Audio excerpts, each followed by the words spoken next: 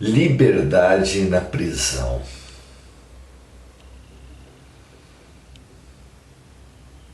Encontra a criatura prisões por toda parte. A prisão da gravidade não permite que ela voe como os pássaros, ou como os balões, ou como os foguetes. A prisão do corpo não permite que seu espírito voe. A prisão dos condicionamentos sociais, a prisão dos papéis sociais. São muitas as prisões que angustiam o espírito, que anseia pela liberdade. Quem não anseia pela liberdade? É um sonho humano.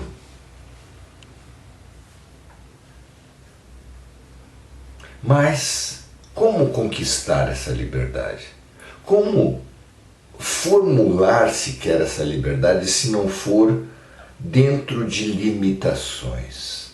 Como a limitação serve à liberdade no projeto de Deus?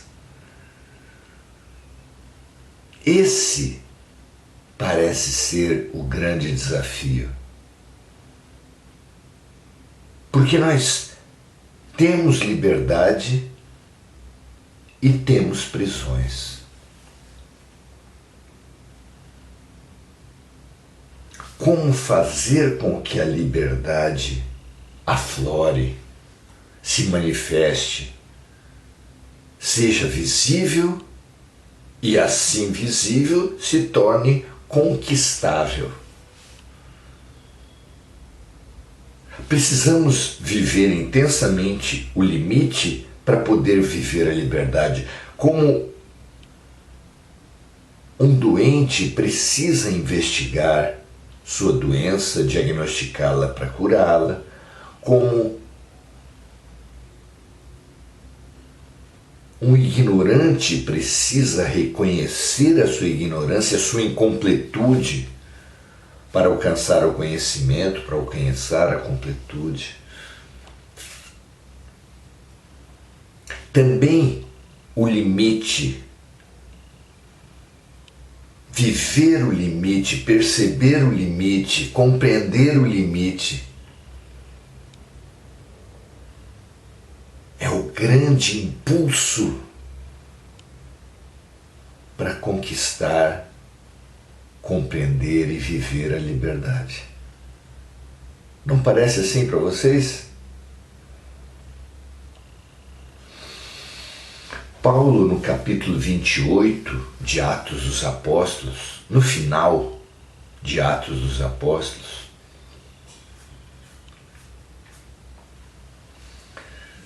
nos mostra um fabuloso exemplo que não foi só dele.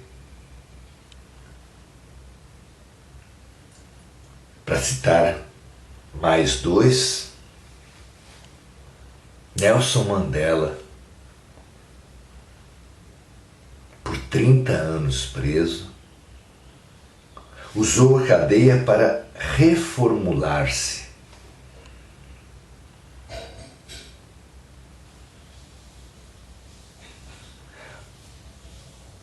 Mahatma Gandhi usou a prisão para espalhar a paz.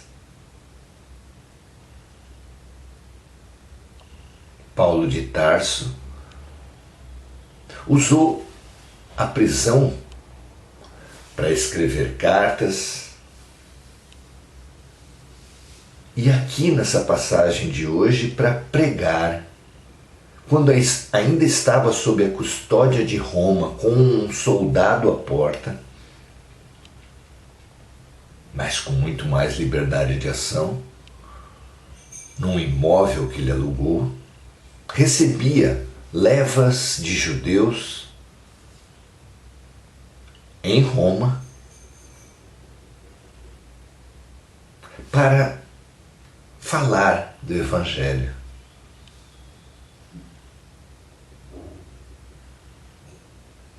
E depois dos judeus, recebia pessoas de toda a origem.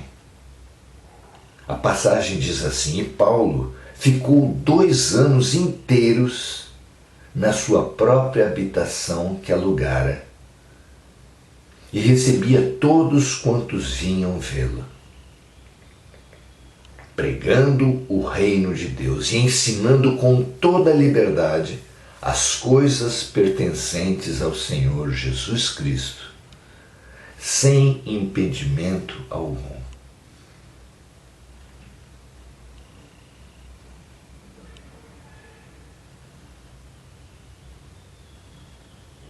Paulo, então, estivera em cadeia, mas lá escreveu maravilhosas cartas. Noutro tempo, este tempo, estivera em sua casa, sob vigilância de Roma, mas de lá disseminara muita luz. Tudo devemos fazer para que nosso espírito comande nosso corpo. Mas o trabalho pode tomá-lo parcialmente. A prisão, muito. Os papéis sociais, a cultura, a gravidade.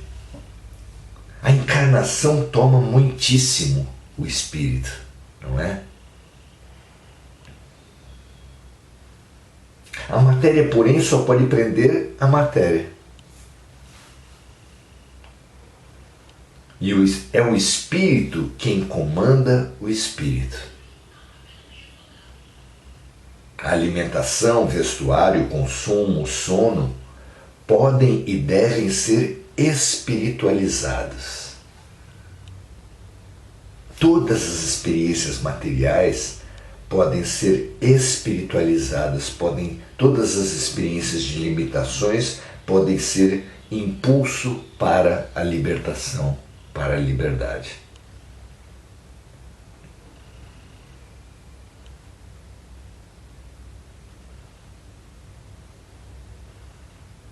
Pela gratidão aos que nos proporcionaram, nós espiritualizamos o banho, a alimentação, o vestuário, não é? Pela fraternidade aos que não alcançam esses bens, ainda que apenas em pensamento, nós também os espiritualizamos.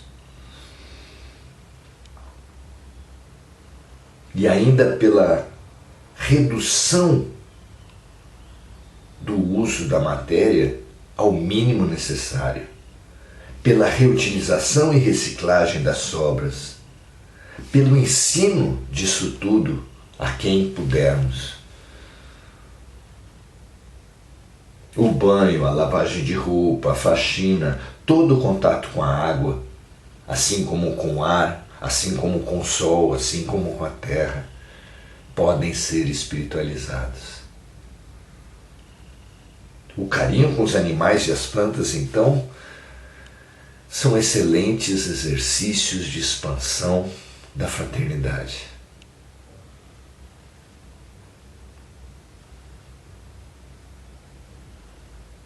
Daqui onde nós estamos, embora presos na carne, embora esta esteja presa ao chão, também podemos disseminar maravilhas espirituais, preenchendo a nós mesmos e transbordando para o mundo, para o universo. Que assim seja, que assim façamos a religião do Espírito, a religião do cotidiano, sem sacerdotes ou templos, mas com muita liberdade. Um grande abraço, até a próxima.